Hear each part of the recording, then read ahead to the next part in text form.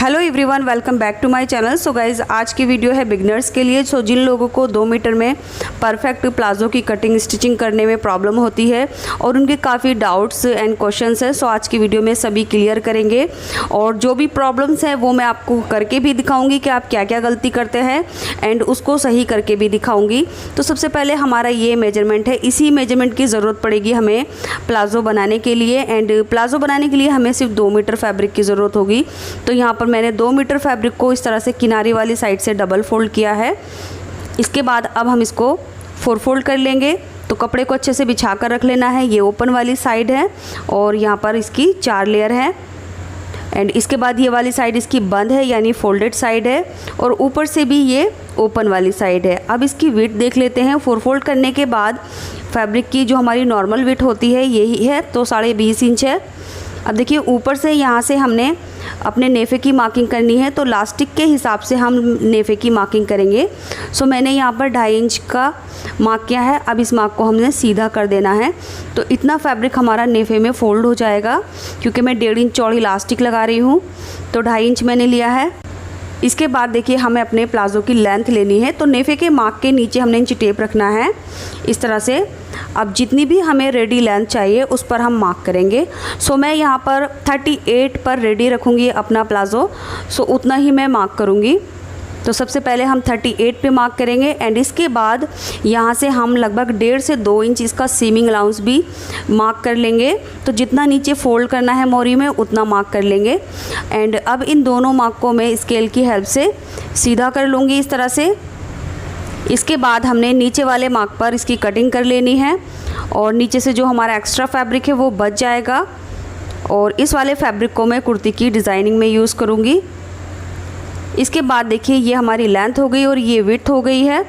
और ऊपर से हमने 2.5 इंच नेफे के लिए ले लिया है फैब्रिक एक्स्ट्रा, और नीचे से 1.5 इंच एक्स्ट्रा फैब्रिक लिया है जो मोरी में फोल्ड होगा। तो ये ओपन साइड है और ये फोल्डेड है। इसके बाद अब हमने प्लाजो की कमर की मार्किंग करनी है। तो कमर की मार्किंग करने के लिए हम अपने हिप का मेजरमेंट लेंगे। जितना भी हमारा हिप है उसको हमने 4 से डिवाइड करना है। सो मैं ये प्लाजो 40 हिप के लिए बना रही हूँ, तो 40 को हम 4 से डिवाइड करेंगे, जो हो जाएगा 10 इंच। अब हमने 10 इंच में 3 इंच प्लस करना है। तो सभी साइज़ के लिए आपको 3 इंच प्लस करना होगा, जो हो गया 13 इंच। इसके बाद हम 13 में 1/2 इंच और प्लस कर लेंगे मार्जिन के लिए, जो हमारा सीमिंग अलाउंस होगा। सो 13.5 इंच पर हमने इस तरह से मार्क कर लेना है। सो गाइज़, यहाँ पर मैंने 13.5 इंच पर मार्क किया है। अब ये जो तरीका बताया है इसमें सभी मेजरमेंट में आपको यही करना है। 4 से डिवाइड करके 3-3.5 इंच ऐड कर लेना है। अब हमने अपनी क्रॉच की लेंथ लेनी है। तो क्रॉच की लेंथ आप अगर लूज़ चाहिए आपको तो उतना ही ले लें जितना हिप के लिए लिया है, नहीं तो आप 1 इंच कम कर सकते हैं। जैसे मैंने ऊपर हिप के लिए 13 इंच लिया है, तो मुझे लूज़ पहनना है तो मैं 13 इंच ही लूँगी, 12 इंच नहीं लूँगी। और इसको यहाँ से सीधा कर दूँगी। अब इस सीधे मार्क पर हम आगे की तरफ 3 इंच मार्क करेंगे। सो यहाँ से मैं 3 इंच ले रही हूँ क्योंकि मैं 40 हिप के लिए बना रही हूँ। अगर आप 40 हिप से कम के लिए बना रहे हैं प्लाजो तो 2 से 2.5 इंच ले, और 40 हिप से ज़्यादा के लिए बना रहे हैं आप तो 3.5 से 4 इंच ले लें। इसके बाद हमने यहाँ से इसकी गोलाई करनी है। और अगर आप यहाँ पर म्यानी लगाना चाहते हैं तो आप ये वाली शेप ना दें। इसकी शेप को हमने इस तरह से इंची टेप रखकर तिरछा ऊपर की तरफ मार्क करना है, जहाँ पर आप म्यानी को आसानी से लगा सकते हैं। हालांकि मैंने इस तरह से गोलाई वाले क्रॉच में भी म्यानी लगाकर दिखाया है, जिसकी वीडियो मैं पोस्ट कर चुकी हूँ। तो इस तरह से हमने मार्क कर लिया है। अब हम चलते हैं बॉटम की तरफ। तो देखिए, ज़्यादातर लोगों की जो प्रॉब्लम होती है वो आसन की साइड से, यानी अंदर की तरफ से प्लाजो ऊपर की तरफ जाता है। सो उस केस में आप डायरेक्ट इस तरह से मार्क करके और ये मार्क सीधा कर लेते हैं। सो इस तरह से आप डायरेक्ट सीधा मार्क कर लेते हैं, बट हमें ये मार्क ऐसे नहीं करना है। यहाँ से लेंथ चेक करनी है। सो जितनी भी यहाँ पर लेंथ आएगी यहाँ नीचे मार्क करना है। सो इसकी वजह से अगर आप ऐसे मार्क करेंगे तो ये आसन की साइड से आपका प्लाजो ऊपर खिसकता है, और आपने अगर क्रॉच में ज़्यादा गोलाई दे दी है तब भी आपका आसन की तरफ से ऊपर खिसकेगा। सो ये वाले मार्क को हमने थोड़ा सा अंदर की तरफ इस तरह से लेना है, तब मार्क करना है। एंड नीचे से जो हमारी गोलाई परफेक्ट आएगी उसके लिए हमने यहाँ नीचे से इस तरह से मार्क नहीं करना है, जैसे मैं आपको अभी करके दिखा रही हूँ। देखिए पहले यहाँ से लेंथ ले लेनी है, तो ये मेरी 39 के अराउंड आई है।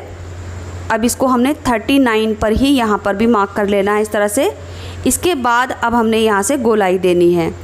तो इस तरह से दोनों साइड से हमारी जो लेंथ है वो बराबर रहेगी और क्रॉच वाली साइड हमारी छोटी नहीं होगी, यानी जो इनर लेग की सिलाई है वो कम नहीं होगी, दोनों की बराबर होगी इस तरह से। तो आपको पहले बंद वाली साइड से लेंथ लेनी है, उसके बाद यहाँ पर मार्क करना है, उसके बाद नीचे से गोलाई देनी है। सो ये वाली जो मार्किंग है वो गलत रहेगी, नीचे वाली बिल्कुल ठीक रहे। और आसन की साइड से जो नीचे से हमने गोलाई दी है हल्की सी, उसको भी ध्यान में रखते हुए अंदर की तरफ हमने मार्क करना है। अब हमने इसकी कटिंग कर लेनी है, तो कटिंग करके भी मैं आपको दिखाऊंगी। देखिए नीचे से जो ये हमारी कटिंग निकली है ये लगभग हमारी 1.5 इंच कम निकली है। सो 1.5 इंच की गोलाई पर ही हमने मार्क किया है, जिससे हमारी दोनों साइड की लेंथ बराबर आ गई है। अब क्रॉच की साइड से कट करेंगे एंड इसके बाद यहाँ ध्यान से देखिए ये अंदर की तरफ हमने जो मार्क किया है इसको कट करेंगे। सो इस तरह से कटिंग करने के बाद जो हमारी इनर लेग की सिलाई होगी वो ऊपर की तरफ नहीं खिसकेगी और प्लाज़ो हमारा बिल्कुल सही बनेगा। अब देखिए हमने इसकी स्टिचिंग करनी है, जिसके लिए हम इसको ओपन करेंगे। तो अभी ये हमारा डबल फोल्ड है। सो दोनों की जो क्रॉच की गोलाई है डायरेक्ट ऐसे ही सिल लेंगे। दोनों की राइट साइड अंदर की तरफ रहेगी और रॉन्ग साइड बाहर की तरफ। एंड इसके बाद जो इसका बॉटम है, जितना भी हमने दबाव एक्स्ट्रा लिया है फैब्रिक, उसको डबल फोल्ड करके इसकी दोनों मोरी रॉन्ग साइड में फोल्ड कर लेंगे। तो लीजिए दोनों साइड के हमने क्रॉच इसके 1/2 इंच के दबाव पर सिए हैं और नीचे से जो घेरा है वो भी फोल्ड कर लिया है 1.5 इंच का दबाव लेकर। इसके बाद अब इसको हम ओपन करेंगे। दोनों के क्रॉच बीच में आ गए हैं एंड यहाँ से नेफे के लिए हमने जितना एक्स्ट्रा फैब्रिक लिया था लास्टिक की चौड़ाई के हिसाब से हमने फोल्ड कर देना है। 1/2 इंच फैब्रिक अंदर की तरफ मार्जिन में जाएगा एंड नेफा फोल्ड करने के बाद हमने थोड़ा सा एक साइड से खुला रखना है जहाँ से हम लास्टिक इंसर्ट कर सकते हैं। इसके बाद अब हमने इसकी इनर लेग में फिटिंग लगा लेनी है। सो यहाँ से फैब्रिक को बराबर मिलाकर रखेंगे और 1/2 इंच का दबाव लेकर इसकी फिटिंग लगा देंगे। अब देखिए आप नेफ़ा बनाने के बाद भी लास्टिक डाल सकते हैं और डायरेक्ट आप हैंड टू हैंड नेफ़ा बनाते हुए लास्टिक इंसर्ट इस तरह से भी कर सकते हैं। तो यहाँ पर मैं आपको बता देती हूँ लास्टिक डालने का जो मेजरमेंट है वो क्या रहेगा। ये प्लाज़ो मैं 32 कमर के लिए बना रही हूँ, यानी 32 के लिए बना रही हूँ। तो लास्टिक के लिए हमें कमर का मेजरमेंट लेना होता है। तो जितनी भी हमारी कमर है उसमें से हम 4 इंच माइनस कर देंगे। तो 32 में से हम 4 इंच जब माइनस करेंगे तो हमें मिलेगा 28 इंच। तो 28 इंच की मैं लास्टिक डालूँगी।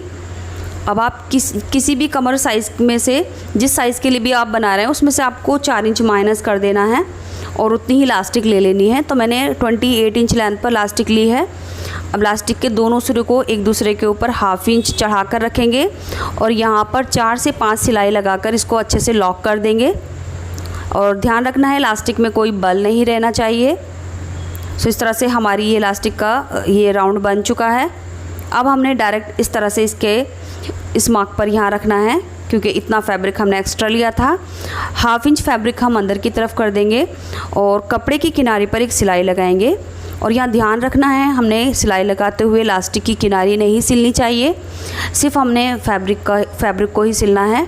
सो इस तरह से लास्टिक इसके अंदर को पास करेंगे और 1/2 इंच का दबाव लेकर लास्टिक की चौड़ाई के हिसाब से ही हमने नेफा फोल्ड करते हुए सिर्फ कपड़े पर एक सिलाई लगानी है। तो लास्टिक डालने के मैंने आपको 2 तरीके बता दिए हैं। आप चाहें तो पहले नेफ़ा बना लें एंड इसके बाद अपनी कमर के हिसाब से लास्टिक कट करके उसमें लास्टिक इंसर्ट कर सकते हैं एंड आप इस तरह से भी बना सकते हैं। सो देखिए हमने लास्टिक इंसर्ट कर ली है। अब इसको अच्छे से खींचेंगे और सभी गैदर्स को इक्वल करेंगे एंड इसके बाद हमने इसके बीचों बीच सिलाई करनी है। सो लास्टिक और फैब्रिक को पकड़ के एक साथ हमने खींचना है और एंड इसके बीच में हमने एक सिलाई लगा देनी है। सो इस सिलाई से जो हमारी लास्टिक है नेफे के अंदर नहीं फोल्ड होगी और लास्टिक बिल्कुल सीधी रहेगी। सो गाइज़ मैं लास्टिक में सिर्फ एक सिलाई लगा रही हूँ बीचों बीच। आप चाहें तो 1/2 इंच की दूरी पर इसमें 2 सिलाई भी लगा सकते हैं। सो इस तरह से ये देखिए हमारी लास्टिक डल चुकी है। अब मैं इसको सीधा करके दिखा देती हूँ। सो सीधा होने के बाद इसको हम अच्छे से आयरन कर लेंगे और ये हमारा जो परफेक्ट प्लाज़ो है वो रेडी हो चुका है। तो इस तरह से ये हमारा परफेक्ट प्लाज़ो रेडी हो चुका है। सो गाइज़ यहाँ पर 2 मीटर फैब्रिक से मैंने 38 इंच की लेंथ पर प्लाज़ो रेडी किया है। 2 मीटर में 39 इंच के आसपास की लेंथ पर प्लाज़ो रेडी होता है। अगर आपको इससे ज़्यादा लेंथ में प्लाज़ो चाहिए तो फैब्रिक थोड़ा एक्स्ट्रा लेना पड़ेगा। तो ज़्यादा से ज़्यादा 2 मीटर में हम 39 इंच की लेंथ पर प्लाज़ो रेडी कर लेंगे। एंड जो इसका नीचे से घेरा है वो 19.5 इंच है। सो घेरा जो कपड़े का अरज़ होगा उसके हिसाब से ही ज़्यादा बनेगा। एंड जो लेंथ है देखिए 38 इंच परफेक्ट है। और जो इसका आसन है वो हमने 13 इंच पर कट किया था, लेकिन जब ये गोलाई में सिला है तो ये 15 इंच की लेंथ पर इसका जो आसन है वो रेडी हुआ है। तो आप इस तरह से आइडिया लगा सकते हैं कि आपको आसन की लेंथ कम ज़्यादा कितनी चाहिए। मैंने 15 इंच की लेंथ पर ये कंफर्टेबल प्लाज़ो रेडी किया है, जिससे मुझे उठने बैठने में कोई भी दिक्कत प्रॉब्लम नहीं होगी। सो इस तरह से ये हमारा प्लाज़ो बिल्कुल रेडी हो चुका है। आप भी एक बार ट्राई ज़रूर कीजिए, और आपका कोई सवाल क्वेश्चन है तो वो कमेंट बॉक्स में ज़रूर पूछ लेना। एंड गाइज़ इस प्लाज़ो के साथ मैंने ये डिज़ाइनर कुर्ती बनाई है, जिसको मैंने प्रिंटेड रेयॉन फैब्रिक से बनाई है। तो काफ़ी ब्यूटीफुल सी ये कुर्ती बनी है, जिसके वेस्ट में हमने डोरी लगाई है और नीचे से हाईलो पैटर्न दिया है। साथ ही साथ मैंने इसमें पफ स्लीव बनाई है। सो बहुत ही प्यारी सी ये कुर्ती बनी है। अगर आपको इस कुर्ती का वीडियो चाहिए तो पिन कमेंट में आप लिंक चेक कर लेना, या डिस्क्रिप्शन बॉक्स में भी चेक कर लेना, जहाँ पर मैं इस कुर्ती का लिंक दे रही हूँ, क्योंकि ये कुर्ती का वीडियो मैंने अपने दूसरे चैनल पर पोस्ट किया है। सो वहाँ से आप लिंक के थ्रू आप ये वीडियो देख लीजिए। और आपको इस तरह की और डिज़ाइनर कुर्ती चाहिए तो आप मेरे दूसरे वाले चैनल पर जाकर काफ़ी लेटेस्ट डिज़ाइन देख सकते हैं, जहाँ पर मैंने डिज़ाइनर कुर्ती की वीडियो पोस्ट कर रखी हैं। इसी के साथ वीडियो कंप्लीट होता है। मिलते हैं अगले वीडियो में कुछ नए आइडियाज़ के साथ। तब तक के लिए bye, take care, thanks for watching this video.